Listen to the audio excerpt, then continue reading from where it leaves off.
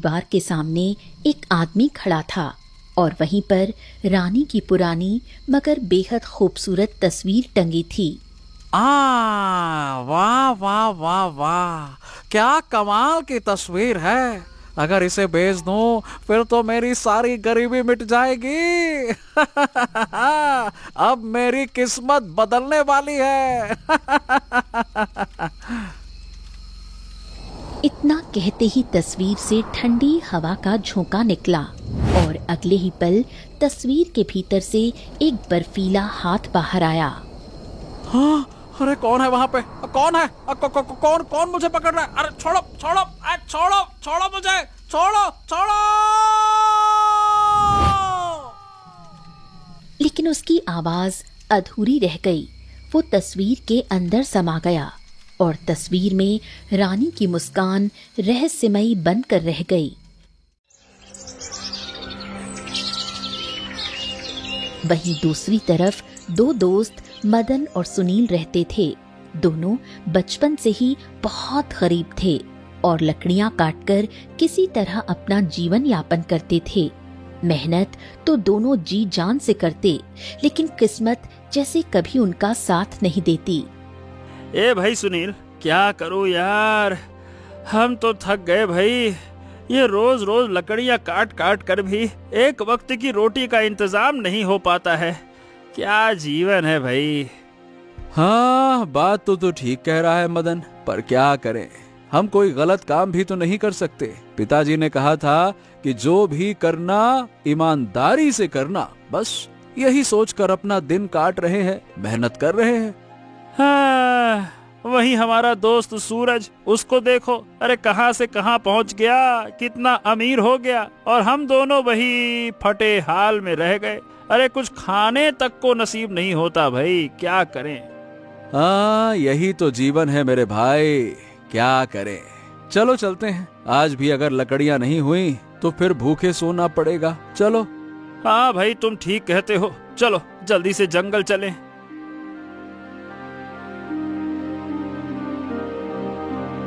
दोनों कुल्हाड़ी लेकर जंगल की ओर निकले और लकड़ी काटने ही लगते हैं कि तभी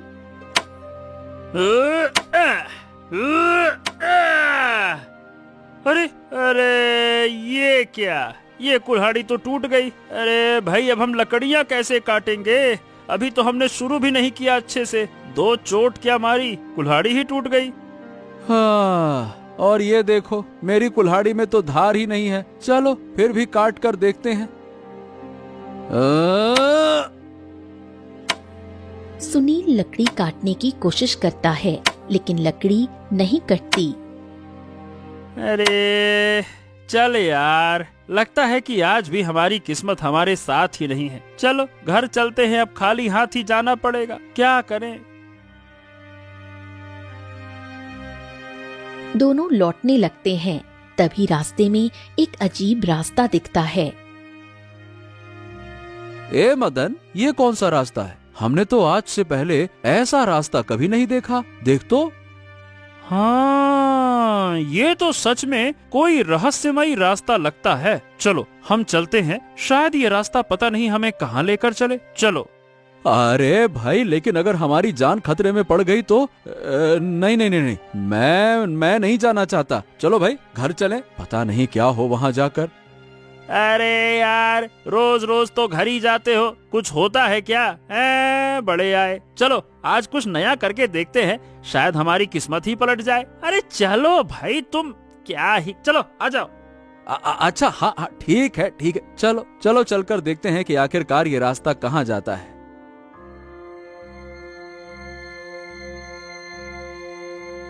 दोनों उस रहस्यमयी रास्ते पर चलते हैं और एक खंडहर महल के पास पहुंचते हैं। अरे ये क्या मदन, हम तो ये खंडहर वाले महल में आ गए। अब भला यहाँ क्या मिलेगा? अरे ये महल खंडहर है तो क्या हो गया, इसके अंदर जरूर कोई खजाना होगा, और देखना हमारी किस्मत पलट जाएगी। लगता है कि हमारी भिखारी वाली जिंदगी खत्म होने वाली है। अरे चलो भाई, आ जाओ आ जाओ। अच्छा ठीक है, चलो आओ आओ आओ। दोनों महल के अंदर जाते हैं।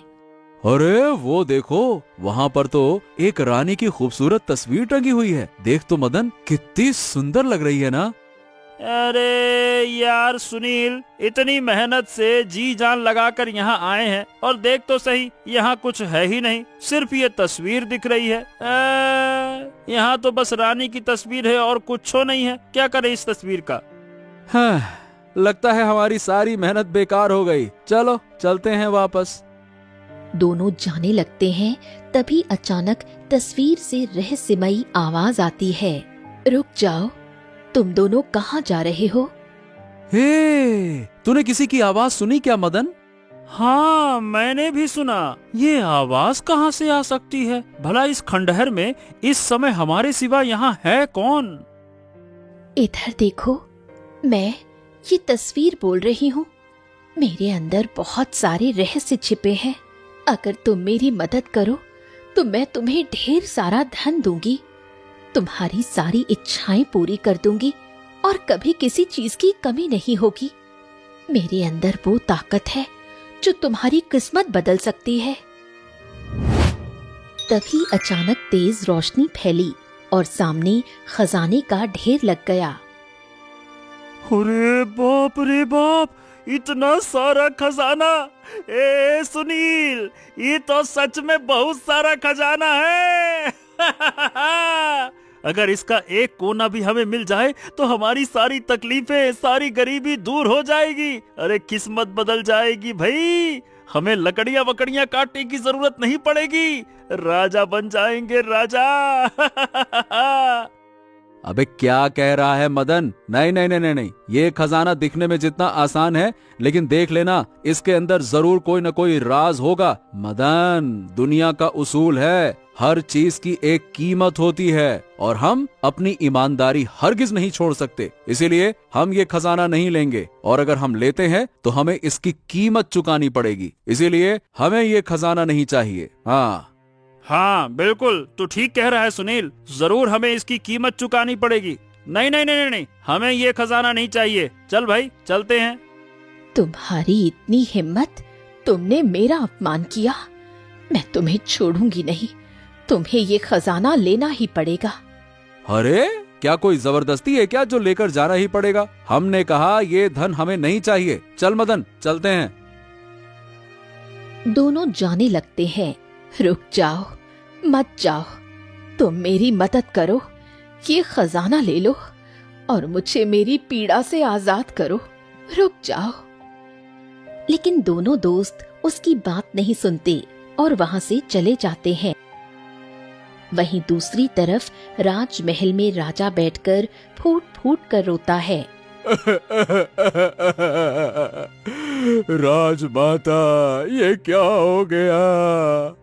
पता नहीं मेरी रानी कहाँ और किस हालत में होगी। मैं सब जगह ढूंढ ढूंढ कर थक गया राजमाता। जब से रानी गई है, मैं उसके बिना एक पल भी चैन से नहीं रह पा रहा।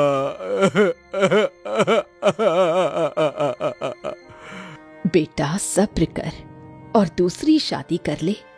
अगर रानी जिंदा होती तो अब तक लौट आई होती। वो अपने प्रेमी के साथ भाग चुकी है। अब तुम कब तक ऐसे अकेले जीवन बिताओगे? तुम दूसरा विवाह कर लो। मैंने तेरे लिए एक अच्छी सी राजकुमारी भी देख रखी है। मुझे तो यकीन नहीं होता कि मेरी रानी ऐसा कर सकती है, हमें धोखा दे सकती है। मैं उनसे बहुत प्रेम करता हूँ राजमाता, मैं उन्हें भूल नहीं सकता। मैं अपनी रानी को कैसे भुला दूं, जिसके साथ मैंने इतना वक्त बिताया। लेकिन ये भी सच है कि अब वो हमारे पास नहीं है, नहीं है, नहीं है।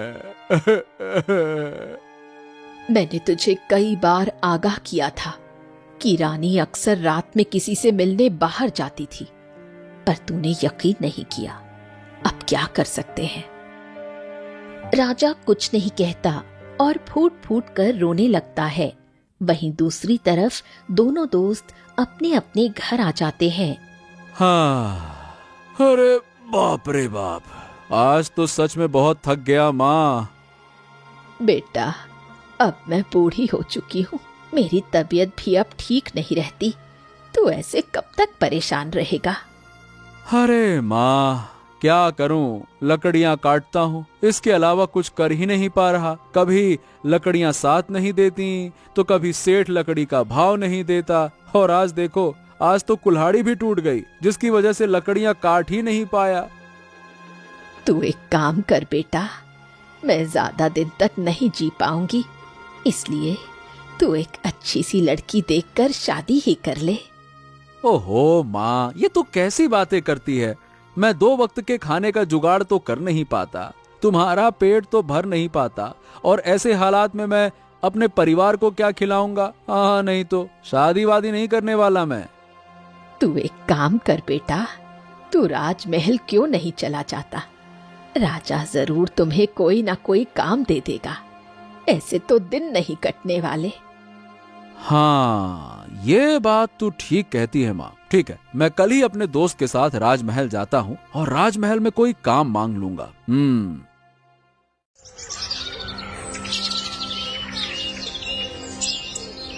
फिर अगली सुबह होते ही सुनील मदन के पास जाता है। ए मदन, कहाँ भाई, तू यहाँ कहाँ भटक रहा है? मैं तेरे घर ही आ रहा था।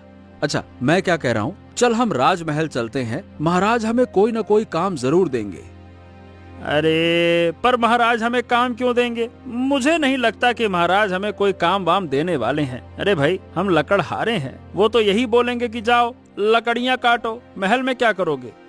अरे भाई, चलकर देखने में क्या दिक्कत है? कोशिश करने से ही कुछ न कुछ जरूर होगा। चलो। हाँ, ये बात भी तू ठीक कहता है। अगर राजमहल में हमें काम मिल जाए तो रोज रोज का ये झंझट खत्म हो जाएगा। चल भाई, चलते हैं। चल।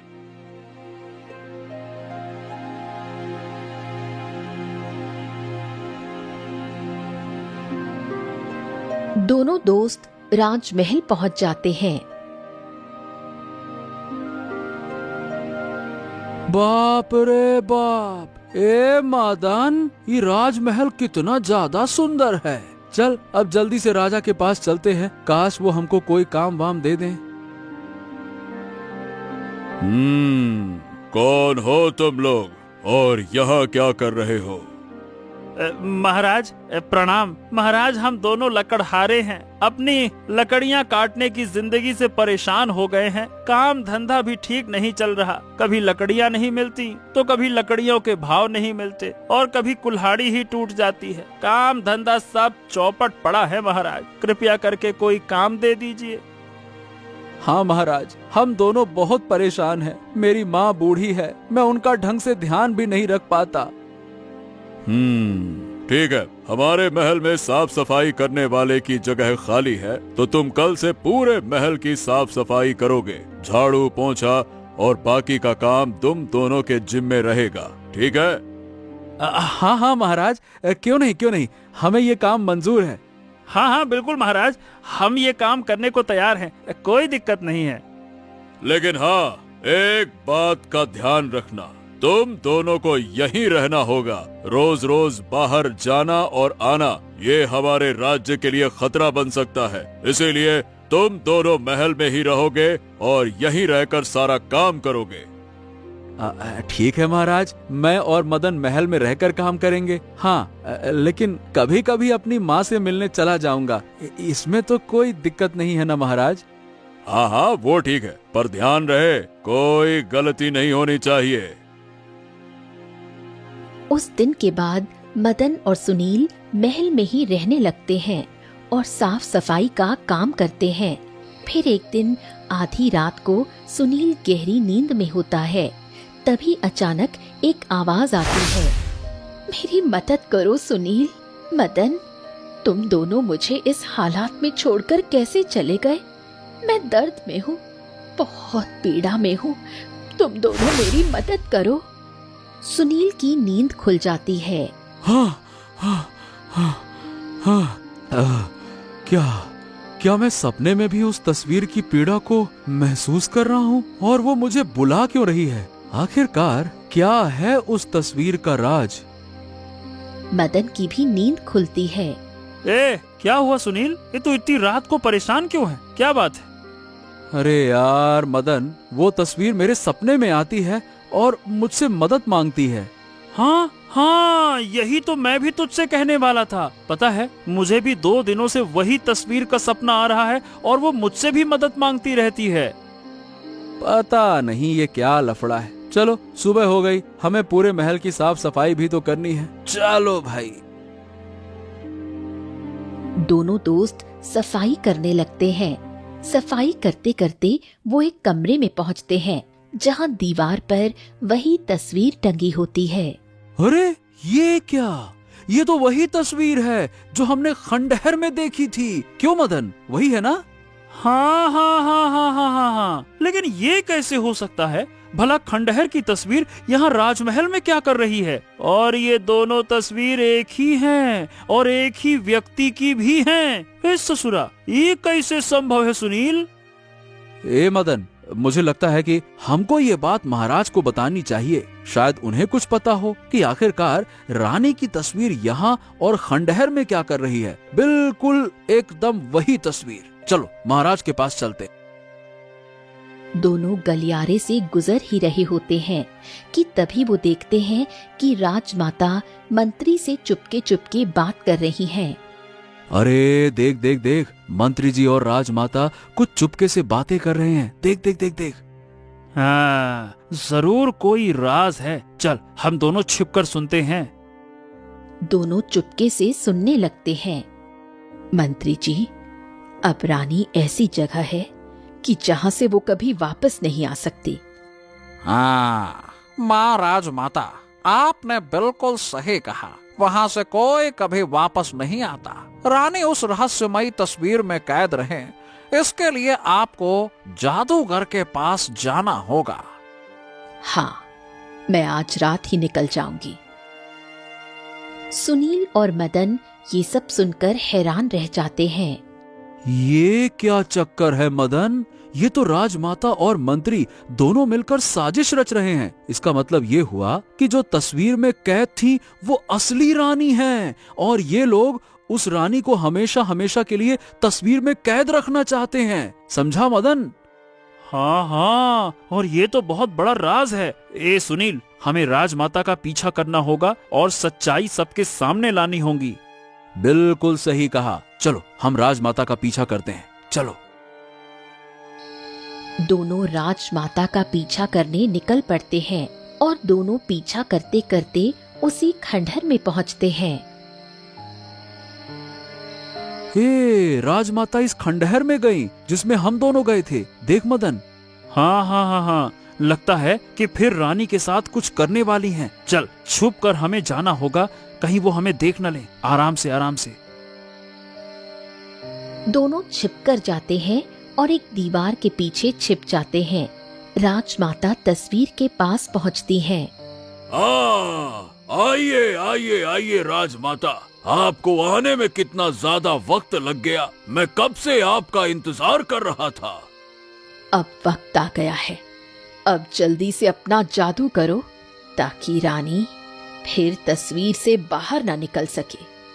हाँ रानी माता, इस बार मैं ऐसा जादू करूंगा कि रानी 1 महीने तक तस्वीर में कैद रहेगी। ऐसा मत करिए राजमाता, भगवान के लिए मुझे छोड़ दीजिए। मैंने आपका क्या बिगाड़ा है? आपने मुझे इस तस्वीर में क्यों कैद करके रखा है? मुझे आजाद कर दीजिए। चुप हो जा भिखारी, तू मेरे बेटे से शादी करके रानी बनना चाहती थी। तू कभी मेरे खानदान में बहू बनकर नहीं रह सकेगी। तुम्हें मैं अपने बेटे की जिंदगी से निकाल कर रहूंगी। नहीं राजमाता, ऐसा मत करिए। महाराज मुझसे सच्चा प्रेम करते हैं, इसलिए मैंने उनसे विवाह किया। मैंने किसी धन दौलत के लिए महाराज से विवाह नहीं किया था। आप मुझे यहाँ से जाने दीजिए, मुझे बहुत कष्ट होता है। मैं आपसे विनती करती हूँ राजमाता, भगवान के लिए मुझे और कष्ट मत दीजिए। चुप हो जा, तुम्हें कभी मैं अपने बेटे की जिंदगी में वापस नहीं आने दूंगी। इसलिए मैंने इस जादूगर की मदद से तुम्हें इस तस्वीर में कैद कर दिया है और तेरे पति राजा को भड़काया कि तू किसी और से प्रेम करती है। और उसी के साथ भाग गई। उसे तो सच भी नहीं पता। तेरा जादू केवल ईमानदार आदमी ही तोड़ सकते हैं, पर अफसोस तेरे पास। देख तो सुनील, ये राजमाता कितनी जालिम है। उसने रानी को इस तस्वीर में कैद कर दिया और वो बेचारी रानी कितना रो रही है, कितना तड़प रही है। देख तो। हाँ रे मदन, मैं क्या कहता हूँ कि हमें कुछ न कुछ तो करना होगा। तभी मंत्री दोनों को देख लेता है। तुम दोनों यहाँ क्या कर रहे हो और तुम्हारी हिम्मत कैसे हुई राजमाता का पीछा करने की? ये दोनों मेरा पीछा कर रहे थे। मंत्री जी, इन्हें पकड़ लो। अरे आप कितनी बेरहम हो सकती हैं राजमाता, हम तो कभी सोच भी नहीं सकते। भला अपने बहू के साथ कोई ऐसा कैसे कर सकता है? हाँ राजमाता, भला रानी ने आपका बिगाड़ा क्या है? बस यही ना कि वो छोटी जात की लड़की है, इसी वजह से आपने उन्हें इतनी कड़ी सजा दी है। मैं ये सारी चीजें राजा जी को बताऊंगा, सब कुछ बताऊंगा, सच सच। देखो, तुम लोगों के बारे में मैं सब कुछ जानती हूँ। सुनील, तुम्हारी बूढ़ी माँ है ना, जिसने तुम्हें राजमहल में काम करने भेजा।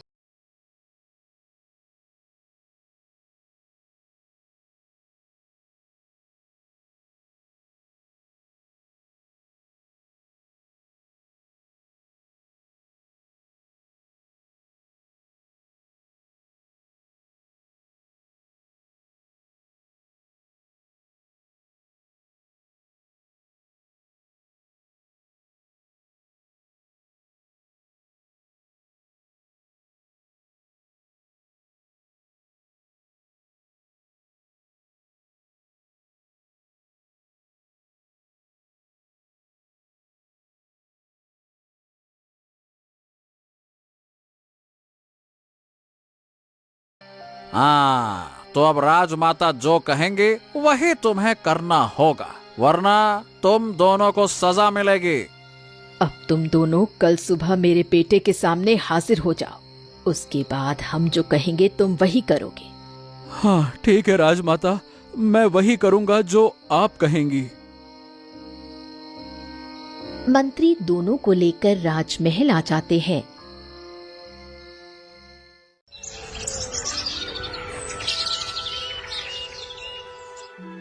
और अगली सुबह होते ही महाराज के पास दोनों को ले आते हैं। महाराज, ये दोनों यहाँ हैं।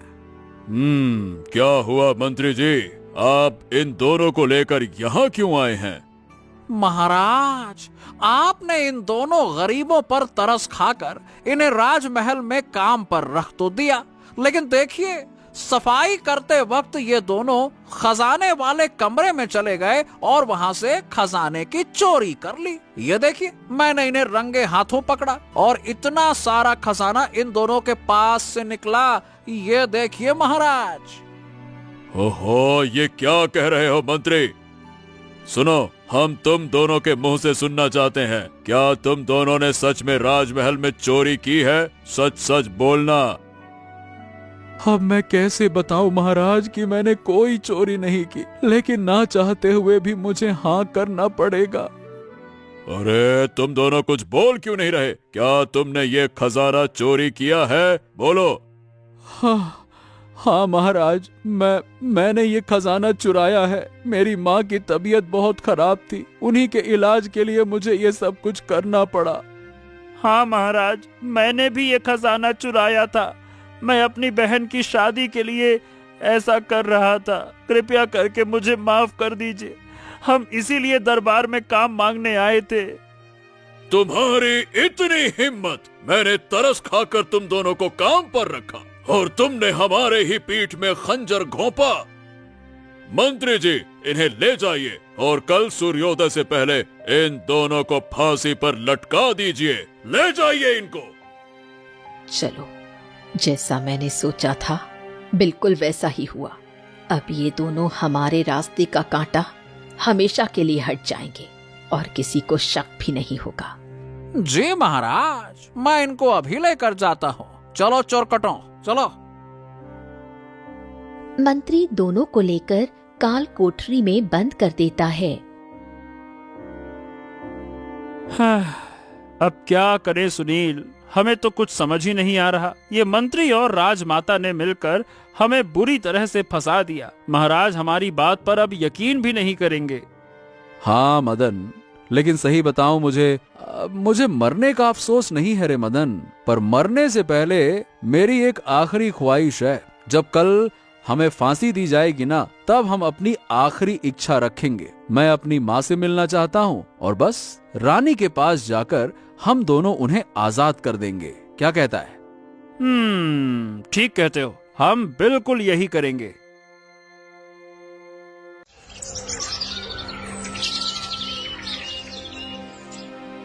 फिर अगली सुबह होते ही दोनों को दरबार में लाया जाता है।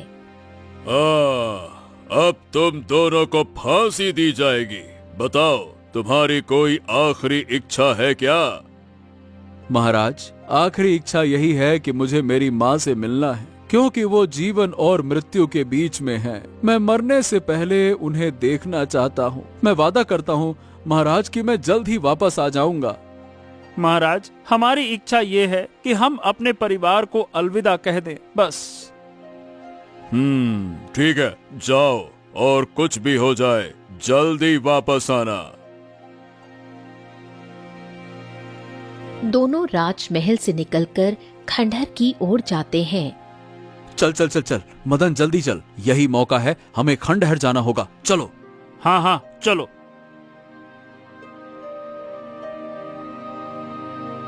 दोनों खंडहर में रानी की तस्वीर के सामने खड़े होते हैं। रानी माँ, हम आपको आजाद करना चाहते हैं। बताइए हमें क्या करना होगा ताकि आप इस तस्वीर से मुक्त होकर एक इंसान बन सकें। तुम दोनों मरने वाले हो, लेकिन इसके बावजूद मेरे बारे में सोचा। इसी ईमानदारी से मैं अब आजाद हो जाऊंगी और मेरा जादू टूट जाएगा। तभी तेज रोशनी फैली और रानी इंसान के रूप में तस्वीर से बाहर आ गई। ये क्या चमत्कार हुआ? आप तो सच में तस्वीर से बाहर आ गईं। ये तो बहुत बड़ा चमत्कार है। हाँ महारानी, मुझे यकीन नहीं हो रहा कि हमारी ईमानदारी से ही आपका जादू टूट गया। हाँ, क्यों नहीं। तुम दोनों सच में मेरे लिए भाई बनकर आए। तुमने मेरी रक्षा की। अब चलो हम महाराज के पास जाकर ये सच्चाई बताएं। हाँ रानी माँ, चलिए। तीनों राजमहल लौट आए। राजा रानी को देखकर उठकर भागते हैं। हाँ, रानी, तुम कहाँ थी? इतने दिनों से हम तुम्हें ढूंढ कर परेशान हो गए थे। तुम्हारे बिना हमें एक पल भी चैन नहीं था। बताइए रानी, आप कहाँ थी? बताइए। ये क्या हो रहा है? ये कैसे संभव है कि रानी तस्वीर से आजाद हो गई? ऐसा नहीं होना चाहिए। अब क्या होगा? महाराज, आप अपनी माता से पूछिए और मंत्री जी से भी। इन दोनों ने मेरे साथ कुटिल खेल किया। किसी जादूगर के साथ मिलकर मुझे जादुई तस्वीर में कैद कर दिया गया ताकि मैं आपसे दूर रहूं। उन्होंने ये झूठ फैलाया कि मैं किसी लड़के के साथ भाग गई हूँ। राजमाता तो मुझे छोटी जात की लड़की मानती थी, इसलिए मुझे कभी बहू नहीं बनाना चाहती थी। ये दोनों लालच के लिए नहीं, बल्कि ईमानदारी के कारण मेरी मदद करने आए थे। इसलिए मेरा जादू टूट गया और मैं आजाद हो पाई। राजमाता, आपने ऐसा किया? मेरी पत्नी के साथ आपने ये क्रूरता कैसे की? और मंत्री, हमने तुम पर कितना भरोसा किया था और तुमने भी हमारे साथ धोखा किया। सैनिकों, इन्हें अपने कब्जे में ले जाओ और इन दोनों को काल कोठरी में बंद कर दो। इन दोनों ने हमारी रानी के साथ बहुत बड़ा अन्याय किया। ले जाओ इन्हें। बेटा, मुझे माफ कर दो। मैंने गलती कर दी। मैं ऐसा कभी नहीं करूंगी। मुझे एक मौका दो। बस राजमाता, गलती की माफी मिल सकती है पर अपराध की नहीं। आपने हमारी रानी को मारने की कोशिश की और सालों तक तस्वीर में कैद रखा, और ये माफी के लायक तो हरगिज नहीं है। सैनिकों, ले जाओ इन्हें। सैनिक राजमाता और मंत्री को गिरफ्तार करके ले जाते हैं। रानी और राजा दोनों सुनील और मदन के आगे झुकते हैं। हाँ, तुम दोनों सच में इंसान नहीं भगवान हो भगवान। अरे भाई, तुमने हमारी खुशियां वापस लाई हैं। तुमने मेरी रानी को सुरक्षित मेरे पास पहुंचाया। वैसे हम अपनी नादानी पर शर्मिंदा हैं। हमें माफ करो, हमें ऐसा कुछ भी नहीं करना चाहिए था। मतलब आप दोनों को फांसी देना और ये वो। गलती हो गई। महाराज, गलत फहमियां तो होती रहती हैं। अगर अपने ही अपनों को धोखा दें तो किसी पर शक होना स्वाभाविक है। राजमाता आपकी माँ थी, फिर आप उन पर कैसे शक करते? अब चलिए, जो हुआ सो हो गया। रात गई बात गई। हाँ महाराज, जो बीत गया उसे याद करके क्या फायदा। वाकई में तुम दोनों की ईमानदारी देखकर हम बहुत खुश हैं। इसीलिए हम आज से तुम्हें सम्मान देना चाहते हैं। सुनील, तुम्हें आज से अपना सेनापति नियुक्त करता हूँ, और मदन, तुम अब हमारे दरबार में मंत्री का पद संभालोगे। तुम दोनों सदा राजमहल के रक्षक बनोगे। हाँ महाराज, क्यों नहीं। इन्होंने मेरी रक्षा की, अब से मैं इन्हें अपना भाई मानूंगी। अगर कभी इन्हें किसी चीज की कमी हो तो वो मेरे पास आकर मदद मांग सकते हैं। रानी माँ, आपने ये दिल से कहा, यही हमारे लिए बहुत है। हाँ रानी माँ, आपने हमें अपना भाई मान लिया, ये हमारे लिए सौभाग्य की बात है।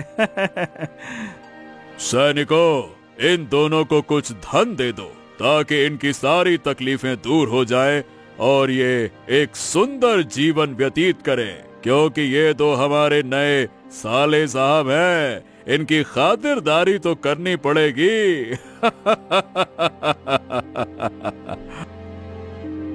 सैनिक धन दोनों को दे देते हैं। उसके बाद सुनील और मदन ईमानदारी से सेनापति और मंत्री के पद पर कार्यभार संभालते हैं और खुशी खुशी जीवन जीने लगते हैं।